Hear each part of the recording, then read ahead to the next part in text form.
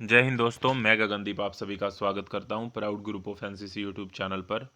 और अगर आप इस बार एनसीसी बी और सी सर्टिफिकेट का एग्ज़ाम देने वाले हैं तो ये वीडियो आपके लिए वेरी इंपॉर्टेंट है, क्योंकि हम इसमें एनसीसी का एक मॉडल पेपर सोल्व कर रहे हैं। किस तरह के क्वेश्चन आपके एग्ज़ाम में पूछे जाते हैं वो आपको जानने को मिलेगा एक तो, और दूसरा बहुत सारे क्वेश्चन एज इट इज़ आपको आपके एग्ज़ाम में इस वीडियो में से देखने को मिलेंगे।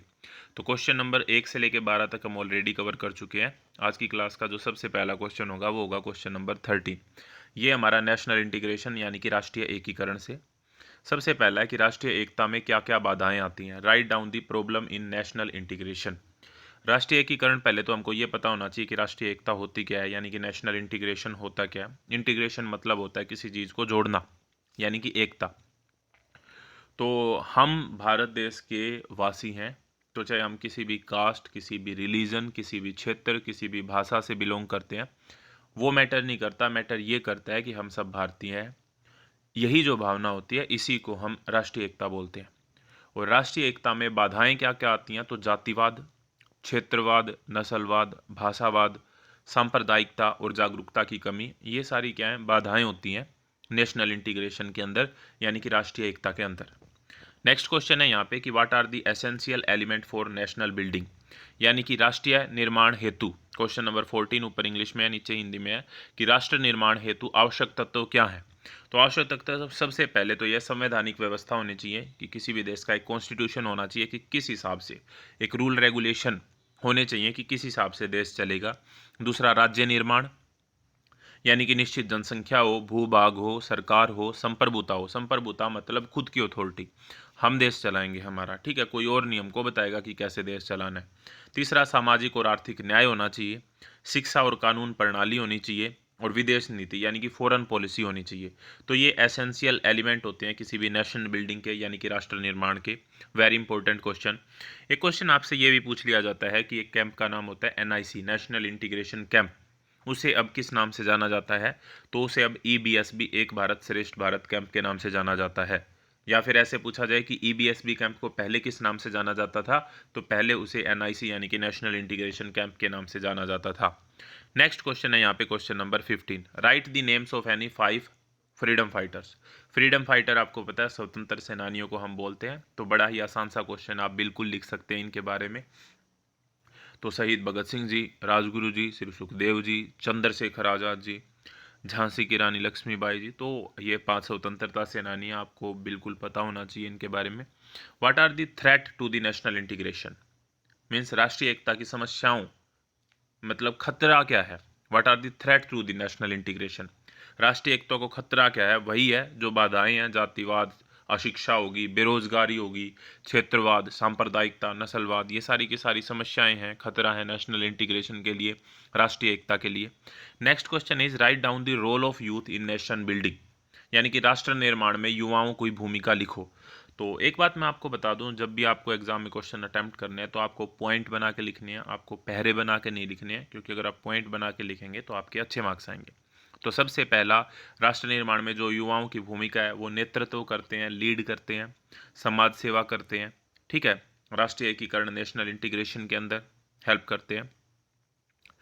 यहाँ पे शिक्षा, और फिर यहाँ पे राष्ट्र निर्माण में युवाओं की बहुत बड़ी भूमिका होती है। यह किसी देश को आगे बढ़ने और प्रगति की ओर ले जाने की शक्ति रखता है। युवा एक देश के अंदर सामाजिक सुधार लाता है। किसी देश का युवा एक राष्ट्र का भविष्य निर्धारित करता है।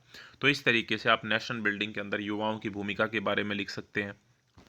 नेक्स्ट क्वेश्चन है यहाँ पे राइट, हमारा नेक्स्ट जो क्वेश्चन है क्वेश्चन नंबर 18, वो हमारा है नेतृत्व यानी कि पर्सनैलिटी डेवलपमेंट एंड लीडरशिप से रिलेटेड।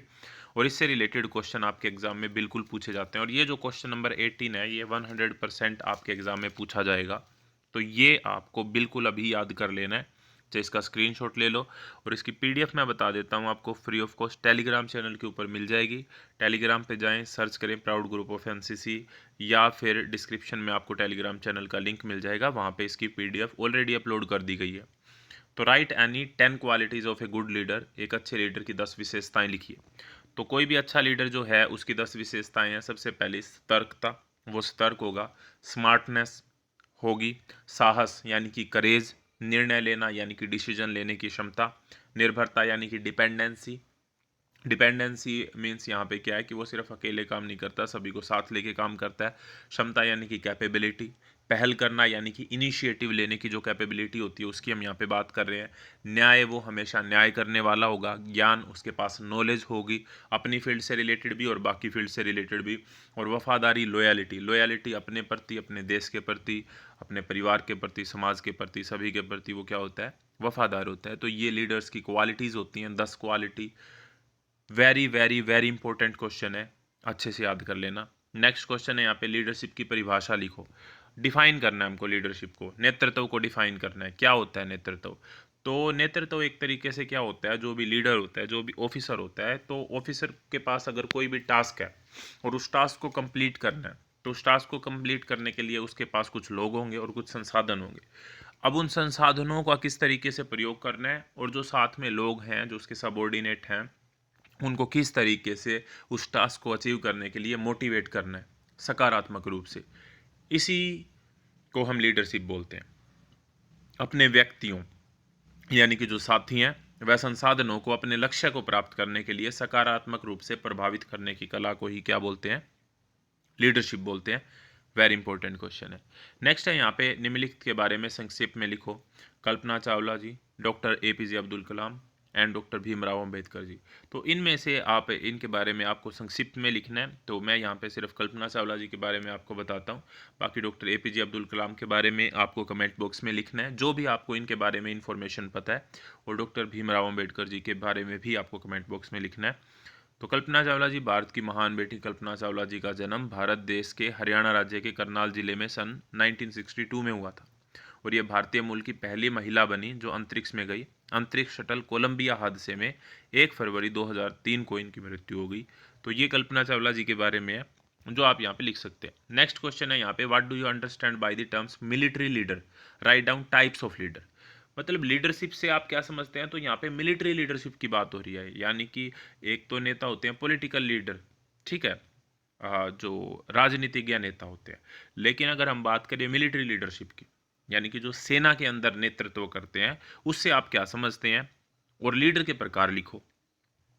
तो लीडर, मैंने अभी आपको बताया कि वह व्यक्ति होता है जो अपने लक्ष्य को प्राप्त करने के लिए अपने व्यक्ति यानी कि साथियों और संसाधनों को सकारात्मक रूप से प्रभावित करता है, उसे ही हम लीडर बोल देते हैं। अब लीडर होते 3 प्रकार के हैं, या फिर ऐसे पूछा जाए लीडरशिप कितने प्रकार की होती है, तो एक तो होते हैं जन्मजात यानी कि इनबॉर्न लीडर होते हैं। एक होते हैं प्रशिक्षित यानी कि ट्रेंड लीडर होते हैं, जिनको वे जन्म से लीडर नहीं होते लेकिन उन्हें सिखाया जाता है लीडरशिप। और तीसरे होते हैं मान लिए गए नेता, यानी कि उनमें चाहे क्वालिटीज़ हो लीडरशिप की या ना हो, मान लेते हैं ये हमारे लीडर हैं। तो 3 तरह से लीडर होते हैं, जन्मजात नेता, प्रशिक्षित नेता और मान लिए गए नेता। यानी कि अगर ऐसा हो कहीं पर कि एक राजा है तो उसका बेटा ही राजा बनेगा, तो इट मीन्स उसमें ज़रूरी नहीं है कि लीडरशिप की क्वालिटीज़ हों, उसमें ज़रूरी नहीं है कि वो पैदाइशी नेता हो, लेकिन क्योंकि वो राजा का बेटा है तो वो राजा मान लिया गया है, तो वो तीसरा मान लिया गया नेता होता है। नेक्स्ट है यहाँ पे, what is time management. Time management मतलब समय प्रबंधन क्या होता है? समय प्रबंधन, समय को मैनेज करना। तो भिन्न भिन्न कार्यों को करने के लिए लगाए गए समय और उनको करने के क्रम को सोच विचार कर व्यवस्थित करना समय प्रबंधन कहलाता है। समुचित समय प्रबंधन से दक्षता मिलती है, उत्पादकता बढ़ती है और कार्य सही समय पर पूरे होते हैं।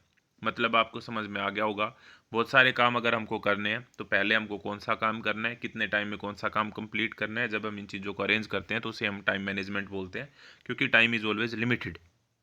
और समुचित समय प्रबंधन से दक्षता मिलती है, यानी कि हमारी एफिशिएंसी बढ़ती है, प्रोडक्टिविटी बढ़ती है, उत्पादकता बढ़ती है, और सही और कार्य सही समय पर पूरे होते हैं, और time always completed in the right time और गिवन टाइम। नेक्स्ट यहाँ पे हमारा क्वेश्चन है, question number 23, how NCC cadet can help during natural disaster. NCC cadet प्राकृतिक आपदाओं से किस प्रकार सहायता कर सकते हैं? तो सबसे पहला तो यहाँ पे है सर्च एंड रेस्क्यू, यानी कि खोज और बचाव जो अभियान होते हैं। मान लो कहीं पर भूकंप आ गया है, कहीं पर बाढ़ आ गई है, तो कोई कहीं पर दबा ना हुआ, उसके अंदर जो खोज और बचाव अभियान होते हैं उसमें हेल्प कर सकते हैं। फर्स्ट एड, प्राथमिक उपचार देना, क्योंकि हमारे कैंप्स के अंदर हमें फर्स्ट एड सिखाई जाती है या उससे ट्रेनिंग कोर्स भी होते हैं उससे रिलेटेड, तो फर्स्ट एड में हेल्प कर सकते हैं। इवैक्यूएशन, इवैक्यूएशन का मतलब होता है कि लोगों को सुरक्षित जगह पर पहुंचाना, अगर बाढ़ आई है तो किसी ऊंची जगह पर पहुंचाना, तो ऐसी चीज़ों के लिए भी एनसीसी कैडेट हेल्प कर सकते हैं। रिलीफ कैंप, राहत शिविरों की स्थापना करना, वहाँ पर टेंट वगैरह लगाना, कैनोपी वगैरह लगाना, प्रशासन में मदद करना, मेडिकल एड, फूड, दवाइयों, खाना व बाकी ज़रूरती सामान इकट्ठा करना और ज़रूरतमंदों तक पहुँचाना, लोगों का मनोबल बढ़ाना उस टाइम के ऊपर दुख की घड़ी में। तो इस तरीके से जो एनसीसी के कैडेट होते हैं वो नेचुरल डिजास्टर के अंदर हेल्प कर सकते हैं। नेक्स्ट यहाँ पे क्वेश्चन है, question number 23, how NCC cadets can help during natural disaster, ये हमने कर लिया। Question number 24, what is NDMA and write down organisation of NDMA. So NDMA, full form of NDMA is national disaster management authority, और इसका काम क्या होता है, राष्ट्रीय आपदा प्रबंधन प्राधिकरण भारत सरकार के गृह मंत्रालय की एक एजेंसी है जिसका काम प्राकृतिक और मानव निर्मित आपदाओं के आने पर किए जाने वाले कार्यों में समन्वय स्थापित करना और उनसे लड़ने की क्षमता का निर्माण करना होता है। मेन बात यह है कि जब भी कोई नेचुरल डिजास्टर होता है ना, तो उससे किस तरह से डील करना है, किस तरह से समन्वय स्थापित करना है, वो काम होता है एनडीएमए का, यानी कि राष्ट्रीय आपदा प्रबंधन प्राधिकरण या फिर नेशनल डिजास्टर मैनेजमेंट अथॉरिटी का। किसके अंडर आती है, गृह मंत्रालय के अंदर आती है। गृह मंत्रालय मतलब होम मिनिस्ट्री के अंडर आती है। ठीक है, ये बात आपको ध्यान रखनी है, वेरी इंपॉर्टेंट क्वेश्चन है ये। ठीक है, इस समय पर हमारे गृह मंत्री कौन है, कमेंट बॉक्स में आपको बताना है, और साथ में ये भी बताना है कि इस समय पर हमारे रक्षा मंत्री कौन है। नेक्स्ट क्वेश्चन है यहाँ पे क्वेश्चन नंबर 25, आपदा से आप क्या समझते हैं, आपदाएं कितने प्रकार की होती हैं। अगेन वेरी इंपॉर्टेंट क्वेश्चन है, 100% आपके एग्जाम में पूछे जाने की पूरी प्रोबेबिलिटी है। पहली बात तो आपदा कोई भी ऐसी प्राकृतिक या मानव निर्मित कोई ऐसी अजीब घटना है जो अपार दुख लाती है, वह किसी क्षेत्र में उपलब्ध संसाधनों से स्थिति का सामना करना मुश्किल हो जाता है। तो डेफिनेशन से ही पता लग रहा है कि आपदाएं दो प्रकार की होती हैं, एक होती है प्राकृतिक आपदा और एक होती है मानव निर्मित आपदा।